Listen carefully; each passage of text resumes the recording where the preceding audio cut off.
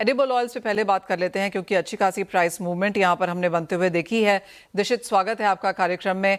जहाँ तक imported oil versus indigenous domestic oils की बात है, फिर चाहे वो ग्राउंडनट है, सेसमे है, मस्टर्ड है, कॉटन सीड ऑयल है, इन सम सेंस कैसे देखते हैं आप, एक तो प्राइसेस और दूसरा demand? Thank you so much Manisha ji, मुझे इनवाइट करने के लिए। एंड सो आई मीन काफी टाइम से जब से इंपोर्टेड ऑयल की प्राइसेस बढ़ रही है, अगर ऐसा देख सकते हैं कि सोयाबीन जो अभी ऑलमोस्ट 145 रुपीज अ लीटर पे पर केजी पे चल रहा है, sunflower oil I think around 170 पर केजी आई मीन के हिसाब से चल रहा है। उसके सामने ग्राउंडनट और मस्टर्ड के rates are comparatively better. I think groundnut का भी अगर ट्रेंड देखेंगे 1550 रुपए से ऑलमोस्ट आई मीन 155 से लेके 170 तक थोड़ी केजी ऑलरेडी में मिल चुकी है उसमें।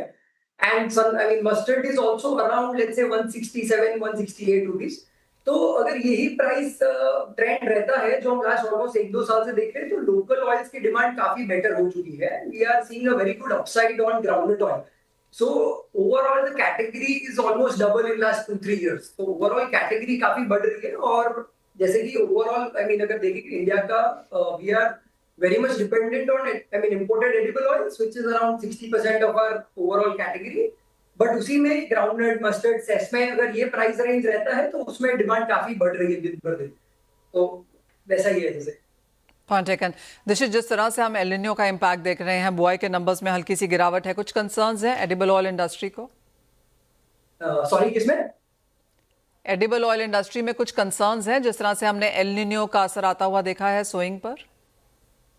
काफी अभी जैसे बारिश काफी लेट है तो ओवरऑल सोइंग भी लेट हुआ है। तो ओवरऑल अगर देखें जो अभी लास्ट जो ग्राउंडेड का प्राइसेस बढ़ा हुआ है from let's say 150 rupees to 170 जो है वो इट्स मोर और लेस बिकॉज ओवरऑल बारिश हमारी काफी लेट हो गई है अभी। तो उसी की वजह से जो प्राइस बढ़ना था वो काफी बढ़ चुका है। एंड अभी थोड़ा देखते हैं कि I mean the rain has just started, so I think depending on the next 10-15 days of the rains आगे का थोड़ा डिमांड पता चलेगा कि कैसे प्राइसेस रहने चाहिए अभी। दिशित, जिस तरह का हमने सिनेरियो बनता हुआ देखा है जहां पर हेल्थ चॉइसेस, फूड चॉइसेस यहां पर बड़ी होने लगी हैं, कई बार हम देखते हैं कोई फूड प्रोडक्ट में लिखा होता है नो पाम। अगर हम इंडियन यंगर डेमोग्राफिक्स को यहाँ पर देखें तो आप कहेंगे natural, cold pressed, better choices, better awareness फिलहाल मार्केट में है? वो काफी I mean the consumer is very conscious. आजकल लोग सारे लेबल्स बहुत रीड कर रहे हैं। People are also moving away from refined, जैसे आपने बोला कि पीपल आई मीन लोगों को palm oil, refined sunflower oil, refined soyabean oil नहीं खाना बहुत ज्यादा। So the younger audience is choosing their edible oil very consciously. और वहीं पे लोग नेचुरल ऑयल की तरफ ज्यादा शिफ्ट होना चाहते हैं। और वही टाइम पे जो लोकली बनता है हमारे आजू बाजू, तो उसका डिमांड हमने काफी ज्यादा देखा है काफी टाइम से। और उसी में cold press is playing a big role. जैसे बहुत ही बड़ी बड़ी ब्रांड्स भी अभी कोल्ड प्रेस कैटेगरी में आ गई है। और गुलाब अगर हम हमारी बात करें तो हमने ऑलमोस्ट 5 साल पहले कोल्ड प्रेस ऑयल लॉन्च किया था। And we are seeing almost more than double digit growth since last 5 years. So the cold press category in our overall portfolio is growing rapidly and we see it's still picking up. I think अभी भी इसमें we are at a very smaller market size, तो ये तो अभी बहुत बढ़ने वाला है। So cold press is in trend right now and it's affordable भी ज्यादा हो रहा है। I mean with better I mean ज्यादा क्वांटम में लोग ले रहे हैं तो इसका अफोर्डेबिलिटी भी बढ़ रहा है काफी। दिशित, अगर आप गुलाब की बात करें तो from groundnut to multi oil to FMCG to जिस तरह का as of now turnover and revenues है आपका, अगर वो नंबर्स भी हमारे साथ आप शेयर कर सकें, किस तरह की ग्रोथ है और आगे क्या विजन है? I think, see, I mean, Vega is pioneers in groundnut oil. I mean, it's been almost, I mean, the brand is around 30 years old. I mean, 3 decades, 92 में चालू हुआ था. And I mean, we are into edible oil, groundnut oil crushing since 50 years.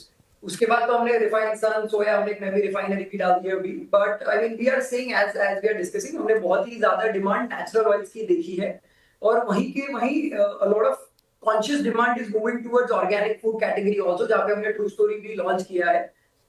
So because groundnut oil as a category is growing, which is helping Gulab also grow multifolds. तो उसकी वजह से हमारे footprints in newer states are also increasing. जैसे हमने काफी राजस्थान, महाराष्ट्र, मध्य प्रदेश में expand किया हुआ है because of cold press and the organic category and also the quick commerce. I mean the brand is now available across pan India. So the growth is great. I mean we are very bullish on the organic category and also the natural category, which is more made in India, something which is grown here.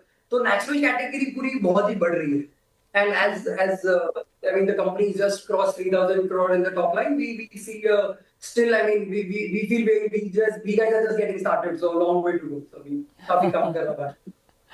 Alright, as of now दिशित कितने SKUs हैं आपके? और जैसे आपने कहा true story, अब आपने यहाँ पर टेक ओवर किया है, ऑर्गेनिक हैं, स्टेपल्स हैं, स्पाइसेस हैं, ड्राई फ्रूट्स हैं, काफ़ी कुछ आपने वहाँ पर उसमें ऐड किया है.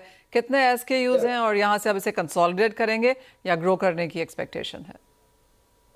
See, I think हमारे edible oil में we almost have 10 refined oils and natural oils जो हमारी गुलाब oil category में है. Cold press category में we have around 5 cold pressed oils right now. We soon will launch other cold press oils जो बच गए थोड़े बहुत. And in true story we have more than 40 SIM products already. The last entrant हमने अभी just A2 cow ghee launch किया है. हमने कपली आटा और चक्की आटा launch किया है. We are also launching raw makhana at the same time. And whole spices is also something that we have just introduced in the true story category. So overall, we are trying to diversify as a holistic FMCG food brand, and that is the vision. So I feel at least 50 more products to go from here. All right. जिस तरह से अब यहाँ पर distribution channels हैं दिशित, उसे आप कैसे देखते हैं? Because QCOM vis-a-vis kirana stores, किस तरह से आपकी डिस्ट्रीब्यूशन है? जैसे ऐसे देख सकते हैं that we guys are very heavy on GT, but last 3-4 साल का trend has been heavily on quick commerce. Like the consumers have been shifting more towards quick commerce. आज से 5-7 साल पहले की बात अगर करें तो people were shifting from kiranas to modern retail stores, and now from modern retail people are moving to quick commerce because of the service. 10 minute में घर पे deliveries मिल रही है अभी. So there is a lot of demand. I mean, day by day, these quick commerce guys are growing rapidly. I mean, हमें internally हमारी पूरी quick commerce की अलग से पूरी team हमने बना दी है. And I mean, we as a group of Gulab, we are doing very big numbers on Blinkit, and Blinkit we've been growing closely with them, and we are available across. And उसी के साथ साथ दूसरे सारे quick commerce platforms जैसे कि Zepto, Instamart, Big Basket, वहाँ पे भी गुलाब का growth काफी है. But at a holistic level, quick commerce is growing rapidly. I think the number of orders a day are increasing, and that's how the category is also growing. दिशित, यहाँ से क्या aspirations हैं? ऑफ कोर्स आप काफी कुछ कर रहे हैं, there's a lot on your platter already, लेकिन पैन इंडिया की बात की जाए, एक्सपोर्ट एस्पिरेशंस? Yes, हमने almost 2 साल पहले ही exports थोड़ा as a serious category we are exploring, because पहले कैसा था, we were just into couple of edible oils, जैसे थोड़ी edible oils है, but अभी हमारे पास पूरी food range हो चुकी है.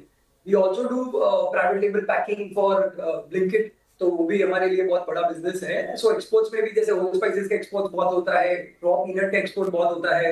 So export is all, we are also growing rapidly on the export side, but we still feel we are very bullish on the growth of India. And I think still, we are yet to grow more in West के beyond. हमें grow करना भी काफी बाकी है. So I think next 3 years we feel a lot of growth is going to come from the north of India and the south of India. So where we are already establishing our depots, तो वहाँ से भी growth काफी हम देख रहे हैं. So that is where the brand is moving forward. Point taken. Dishit, बहुत शुक्रिया साथ जुड़ने के लिए और वो तमाम चीज़ें बहुत डिटेल में एक्सप्लेन भी करने के लिए कि ओवरऑल सेगमेंट कहाँ है और आप as a brand, as a company किस तरह की ग्रोथ यहाँ पर देख रहे हैं और किस तरह का एनविजन भी है. बहुत शुक्रिया आपके समय के लिए.